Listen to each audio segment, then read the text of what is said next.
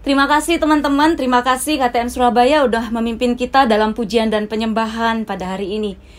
Moga-moga walaupun pertemuan sel kita seperti ini, kita tetap dapat mengalami kehadiran Allah dan juga kasih persaudaraan di antara kita tetap terjalin kuat, saling menopang, saling mendukung, mendoakan. Dan yang paling penting kita tetap setia kepada Yesus di dalam segala situasi apapun yang sedang kita hadapi pada saat ini. Minggu lalu ketika saya ngobrol sama anak saya memuji dia, saya bilang, "Dek, kamu itu hebat loh. Udah 1,5 bulan ini kamu itu diam di rumah aja, nggak kemana-mana sama sekali, nggak ketemu temen. Padahal biasanya itu setiap hari pasti ada aja acara keluar rumah.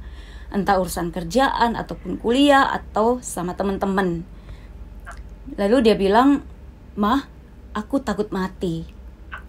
Jujur ini juga yang saya rasakan di tengah wabah COVID-19 ini.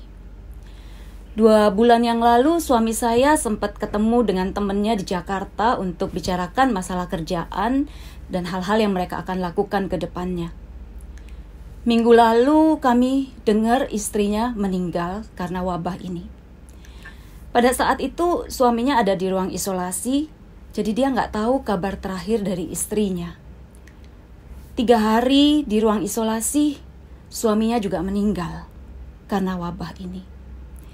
Kami gak bisa bayangin gimana perasaan anaknya menguburkan kedua orang tuanya dalam waktu 1 minggu itu.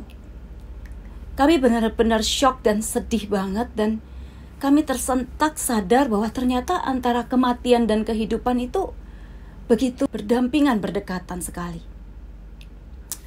Di tengah situasi yang tidak pasti, bahaya yang ada di sekitar kita, kita diundang untuk datang kepada Tuhan mengandalkan kerahiman-Nya. Pada hari Minggu Paskah kedua ini, Paus Yohanes Paulus II menetapkan hari ini sebagai hari Minggu Kerahiman Ilahi. Artinya apa? Kita diundang untuk mengandalkan kebaikan Tuhan, kerahiman Allah di dalam hidup kita setiap hari, di dalam menghadapi segala macam cobaan, tantangan, kesulitan, dan berbagai macam cobaan. Di dalam Injil hari ini, Yohanes 20 ayat 19 sampai dengan 31, kita baca bagaimana Yesus menampakkan diri kepada para murid, dan sebanyak 3 kali Yesus mengatakan, "Damai sejahtera bagi kamu." Inilah yang Yesus rencanakan dan inginkan kita alami untuk semua kita, murid-muridnya. Yaitu damai sejahtera, bukan kekhawatiran, bukan ketakutan. Namun seringkali memang kita tidak mengalami damai itu. Ada 3 hal yang menyebabkan kita kehilangan damai sejahtera dan tidak mengalami rasa aman dan damai ini. Yang pertama adalah dosa. Dosa yang kita sadari namun belum kita akukan. Saya bersyukur bahwa selama keadaan normal, saya bisa mengaku dosa setiap bulan. Karena saya merasa hidup saya perlu banyak sekali diperbaiki, diperbaharui. Saya harus perlu membuat komitmen-komitmen yang baru, agar saya tidak jatuh lagi di dalam dosa yang sama. Seringkali saya merasa iri, sering membanding-bandingkan hidup saya dengan orang lain. Iri dengan orang yang hidupnya lebih enak. Saya juga kadang masih sering mengeluh, menghadapi macam-macam tugas, kesulitan, persoalan, beban. Dan saya juga masih seringkali tidak tulus di dalam mengasihi. Hal ini membuat saya merasa perlu untuk memperbaharui komitmen saya, relasi saya dengan Tuhan. Saya bersyukur sekali bahwa ada sakramen pengakuan dosa. Dan hari Minggu Paskah yang lalu kita semua juga yang mengikuti live streaming dengan Bapak Paus dan juga dengan Kardinal, kita menerima indulgensi untuk dilepaskan dari hukuman dosa. Puji Tuhan, dan saya bersyukur sekali bahwa dalam segala situasi kerahiman Tuhan itu ditawarkan kepada kita, khususnya dalam sakramen pengakuan dosa. Di dalam Injil hari ini juga, Yohanes 20 ayat 23, Yesus mengatakan kepada para murid, ketika dia menghembuskan Roh Kudus, dia katakan, "Terimalah Roh Kudus. Jikalau engkau mengampuni dosa orang, maka dosanya diampuni. Jikalau engkau mengatakan dosa orang tetap ada, maka dosanya tetap ada. Inilah dasar biblis dari sakramen pengakuan di dalam gereja Katolik. Kita percaya bahwa otoritas yang Yesus berikan kepada para murid, para rasul, diteruskan kepada para uskup dan para imam di dalam gereja. Dan tidak pernah terlambat, never too late untuk kita datang ke kapal pengakuan. Atau kita datang kepada Tuhan dengan hati yang betul-betul bertobat. Dengan kerinduan, aku mau Tuhan untuk berhenti dari dosaku yang berulang-ulang. Aku mau mohon pengampunanmu. Hanya ini yang kita butuhkan untuk menerima kelepasan damai sejahtera. Never too late untuk datang kepada Tuhan mohon pengampunannya. Yang kedua yang menghambat kita untuk menerima damai sejahtera dari Tuhan adalah dosa orang lain yang seringkali masih kita simpan begitu rapat di dalam hati kita. Kita masih gak mau, rasanya gak sudi melepaskan pengampunan kepada orang yang sudah menyakitin hati kita bertahun-tahun secara begitu mendalam. Dan orang-orang itu biasanya orang-orang yang terdekat dengan kita. Saya merasa hubungan saya dengan Papa tidak terlalu dekat. Pikiran saya, Papa gak mencintai saya dan tidak peduli pada saya. Saya ingat ada satu peristiwa ketika saya masih sekolah dasar. Saya begitu senang bahasa Inggris. Saya cari tempat les bahasa Inggris sendiri. Akhirnya saya menemukan. Dan saya senang sekali untuk tiap hari, seminggu 3 kali pergi les bahasa Inggris. Waktu itu suatu hari saya diantar dengan mobil papa saya dengan supir. Hujan deras sekali dan ketika saya pulang, mama saya bilang pada saya, Papa bilang, kalau kamu pergi les, lagi hujan, jangan naik mobil, nanti mobilnya mogok. Waktu itu saya merasa kaget, kecewa juga ya, dan sedih. Saya pikir, papa saya ini lebih sayang mobilnya daripada saya. Namun saya gak mengungkapkan apa-apa. Saya pikir marah atau kecewa itu gak boleh terhadap orang tua. Lalu saya juga ingat ketika saya masuk di sekolah menengah pertama, saya sudah diterima di sekolah favorit di Surabaya dan saya senang sekali di sekolah itu. Dengan bangunan yang baru, bangunan yang megah, kualitas yang bagus, guru-guru yang menyenangkan, pendidikan yang bermutu.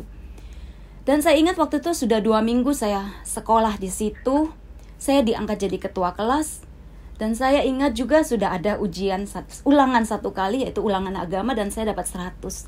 Saya bangga dan senang sekali. Suatu hari ketika saya pulang ke rumah, mama saya bilang sama saya, kata papa, sebaiknya kamu pindah sekolah yang dekat rumah.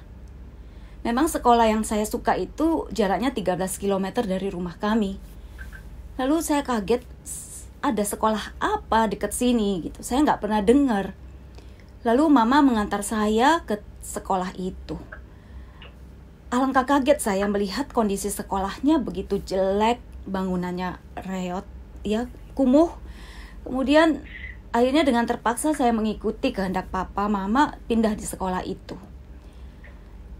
Saya masuk di sekolah 1 minggu dengan teman-teman yang begitu nakal, tidak disiplin sama sekali, mejanya pun itu reot penuh coretan. Dan saya bilang, mama, saya nggak bisa terus di sekolah itu. Saya mau pindah kembali ke sekolah yang pertama. Akhirnya papa dan mama saya mengikuti dan saya kembali ke sekolah yang pertama dan dicarikan antar jemput. Papa nggak bisa nganter karena terlalu jauh. Itu alasan saya dipindah ke sekolah yang dekat rumah. Dari beberapa peristiwa saya merasa, wah papa ini nggak peduli sama saya. Dan itu membuat saya merasa nggak bisa dekat dengan papa. Namun setelah saya menikah, suatu hari ketika saya berdoa, saya merasakan emosi-emosi itu muncul. Jadi kemarahan, kebencian, sakit hati yang begitu dalam kepada papa itu muncul begitu aja di dalam doa hening. Lalu pada waktu itu saya nangis dan saya mengakui bahwa iya betul saya marah sama papa. Tapi bersamaan dengan itu saya juga mengerti sesuatu. seperti saya mendapat suatu pengertian bahwa papamu itu juga gak pernah mengalami kasih dari orang tuanya, dan dia sulit untuk bisa juga mengalirkan kasih itu kepada anaknya. Mendapat pengertian itu, saya benar-benar merasa bisa mengampuni. Saya merasa bisa mengasihi. Dan pada waktu itu, setelah doa itu, beberapa hari kemudian saya ke rumah papa, dan saya mengajak makan, saya ngajakin jalan, kemudian saya bisa mendoakan dia. Dan saya merasa hubungan saya dengan papa itu bisa lebih tulus, lebih dekat. Dan saya bersyukur sekali bahwa saya bisa memperbaiki hubungan saya sebelum papa saya meninggal. Dan saya bersyukur juga karena 1 tahun sebelum papa meninggal, papa sudah sempat dibaptis. Never too late untuk kita memperbaiki hubungan kita dengan orang-orang yang paling dekat dengan kita, dengan orang yang mengasihi kita, namun mungkin dengan cara yang tidak kita sukai, tidak kita pahami. Datanglah kepada orang tua, kepada saudara, kepada pasangan, kepada suami atau istri, kepada teman yang terbaik, yang paling dekat dengan kita, yang mungkin pernah menyakiti kita. Melepaskan pengampunan membawa damai bagi kita. Tanpa mengampuni, kita juga tidak diampuni oleh Tuhan. Yang ketiga, yang menghambat kita untuk mengalami damai sejahtera dari Tuhan adalah karena kita tidak merasa, tidak mengalami dikasihi oleh Tuhan. Dalam Matius 11 ayat 28, Yesus mengatakan, "Datanglah kepadaku, hai kalian semua yang letih, lesu, dan berbeban berat. Aku akan memberikan kelegaan kepadamu."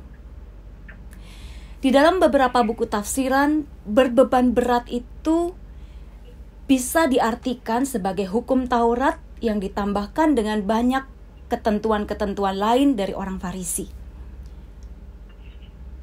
Dan dalam buku tafsiran yang berbeda dikatakan bahwa beban berat itu juga disebabkan karena persoalan hidup serta beban dosa kita. Jadi beban dosa yang tidak kita akukan seperti yang saya katakan di nomor 1, dan dosa orang lain yang masih kita simpan erat-erat yang saya sampaikan di nomor 2, itu membuat kita merasa hidup ini betul-betul menjadi suatu beban yang berat. Dan tafsiran yang ketiga adalah beban berat itu ketika kita diperlakukan tidak adil, kita disiksa, kita dihina, kita mengalami penderitaan karena perlakuan tidak adil. Dan kita menjerit kepada Tuhan, kita mau menemukan pertolongan dan tempat perlindungan kepada Tuhan. Dan kepada orang-orang inilah Tuhan minta kita datang. Di hari Minggu Kerahiman Ilahi ini, kita diundang untuk menyandarkan segala harapan kita, membawa dosa-dosa kita supaya Tuhan ampuni. Seperti janji Yesus kepada Santa Faustina, barang siapa yang datang kepada dia mengakukan dosa-dosanya dengan sepenuh hati dan menerima komuni. Karena hari ini kita tidak bisa menerima komuni secara langsung, kita menerima komuni secara spiritual. Maka Tuhan akan menghapuskan dosa-dosa kita yang mohon pengampunan dan menjadikan kita baru. Ini sungguh anugerah yang luar biasa yang perlu kita syukuri. Karena Tuhan sungguh menyertai kita, Dia melihat perjuangan hidup kita. Dan Dia tahu kita membutuhkan pengampunan setiap kali kita jatuh dalam dosa. Ketika kita jatuh dalam kelemahan-kelemahan kita, setelah kita mengaku dosa, segera kita bangkit. Sebagaimana di Amsal dikatakan, 7 kali orang benar jatuh, tetapi 7 kali ia bangkit. Ketika kita merasa kelemahan-kelemahan itu telah mengalahkan kita, cepat-cepat kita datang kepada Tuhan. Seperti kata Teresia Lisieux, ketika aku melakukan dosa, dan sebesar apapun dosaku, aku cepat-cepat berlari kepada lautan kerahiman Tuhan, dan aku percaya bahwa aku diampuni. Seperti setetes air yang begitu langsung hilang dalam lautan api kerahiman Tuhan, api cinta Tuhan. Sebagai kisah penutup, saya mau menceritakan kisah 2 orang yang saya kenal yang pernah juga bersaksi. Seorang istri mengeluh karena suaminya itu pemarah banget dan punya kecanduan merokok yang begitu parah. Satu hari bisa sampai 3 bungkus bahkan lebih. Dia sudah berdoa, dia sudah juga ngomong ke pastor, dan pastor sudah menegur suaminya untuk berhenti merokok, kemudian juga mengurangi kemarahan. Namun suaminya mengeraskan hati, dia bilang, tidak, kalau bukan Tuhan sendiri yang bicara sama saya tidak akan berhenti. Dia bilang seperti itu.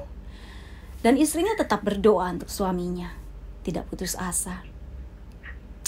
Suatu hari tidak lama setelah itu suaminya merasa sekujur tubuhnya itu gatal. Entah mengapa kemudian dia itu begitu tertarik untuk ikut misa kerahiman ilahi jam 3 di parokinya setiap hari. Ketika dia mengikuti misa itu, rasa gatal di sekujur tubuhnya itu hilang. Ketika dia nggak ikut, dia merasakan gatal itu lagi, dan akhirnya dia mengikuti terus misa setiap hari jam 3. Dan akhirnya pada suatu hari selang beberapa minggu, dia mengatakan, tiba-tiba saya merasakan saya tidak bisa lagi merokok. Rasa rokok itu betul-betul nggak enak di mulut saya, dan saya bisa melepaskan keinginan saya untuk merokok. Dan juga kemarahannya pun lebih reda. Saya percaya ketika kita datang pada kerahiman Tuhan, apa yang tidak dapat kita atasi dengan kekuatan kita sendiri, Tuhan bisa memberikan kita rahmat asalkan kita mengaku, ya Tuhan, aku tidak mampu, tolonglah aku. Dalam hal ini, doa istrinya yang sungguh-sungguh datang kepada Tuhan dalam kerahiman Tuhan didengarkan oleh Tuhan.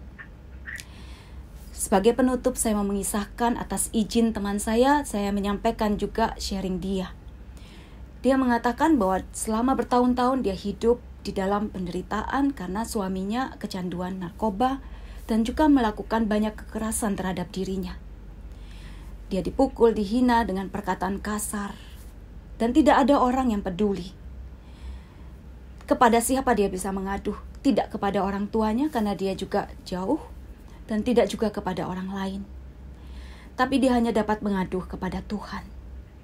Suatu ketika dia di gereja, dia ditelepon karena untuk berdoa dan ke gereja itu pun merupakan hal yang harus dilakukan secara sembunyi-sembunyi. Dan ketika itu dikatakan, kalau kamu gak pulang, saya akan usir kamu dari rumah ketika gak pulang dari gereja. Dan pada waktu itu juga barang-barangnya sudah dilempar keluar dari rumah dan seterusnya. Tapi satu hal yang membuat saya begitu kagum, ketika saya tanya apa yang membuat kamu tetap bertahan dalam situasi seperti ini, dia katakan, saya percaya bahwa Tuhan itu baik. Saya percaya pada kerahiman Tuhan.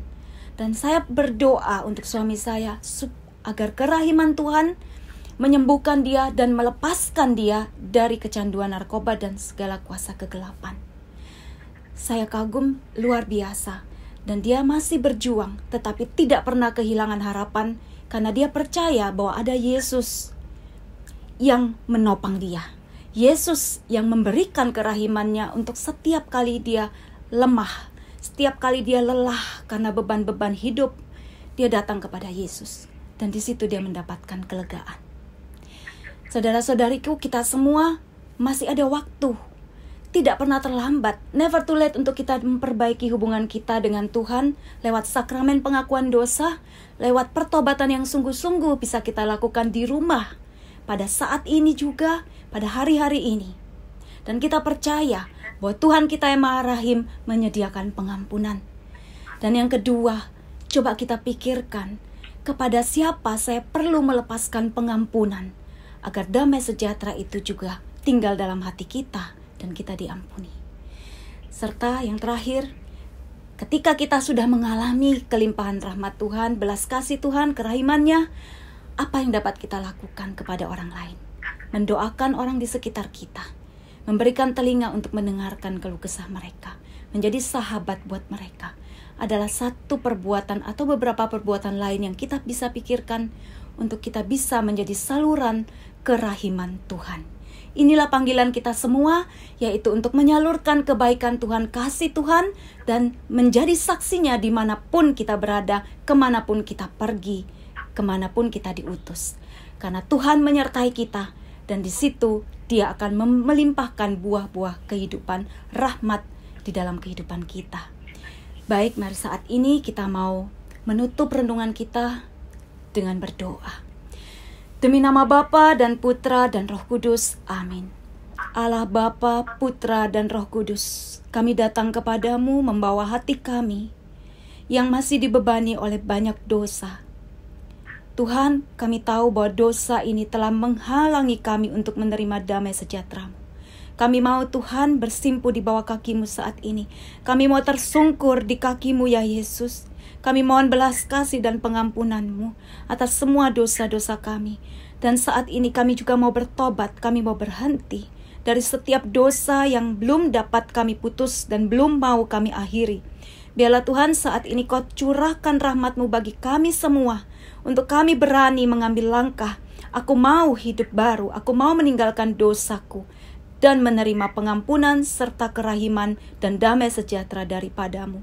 Dan biarlah saat ini juga Tuhan Kau berikan kami keberanian untuk mendatangi orang-orang yang menyakiti kami, untuk menyatakan bahwa kami mau mengampuni, agar kami pun diampuni. Sebagaimana Engkau sendiri mengatakan, apabila kami mau datang kepadamu mempersembahkan ke bait suci, maka kami perlu mengampuni sesama kami. Beri kami rahmat-Mu Tuhan dan hati yang lembut dan penuh belas kasih untuk kami rela melepaskan pengampunan. Dan saat ini juga Tuhan, biarlah rahmat-Mu terus mengalir dalam hati kami. Beri kami kemurahan hati dan kerelaan hati untuk berbuat lebih banyak, untuk tidak malas memberikan pertolongan, waktu, pemikiran kami kepada orang-orang yang membutuhkan di sekitar kami. Terima kasih Tuhan, kami percaya apabila kami meminta, kami menerima. Apabila kami mencari, kami mendapat. Dan apabila kami mengetuk, maka pintu kerahiman-Mu Kau bukakan bagi kami pada saat ini. Pada hari Minggu Kerahiman Ilahi ini kami percaya Tuhan, bahwa rahmat-Mu sedang mengalir bagi hidup kami untuk menyembuhkan dan memberikan damai sejahtera. Terima kasih Tuhan, terima kasih Yesus, terima kasih ya Allah Roh Kudus. Semua ini kami panjatkan demi Kristus Tuhan dan pengantara kami. Amin. Demi nama Bapa dan Putra dan Roh Kudus. Amin. Terima kasih semua saudara-saudariku, teman-teman KTM Surabaya, saya kembalikan untuk melanjutkan acaranya. Terima kasih.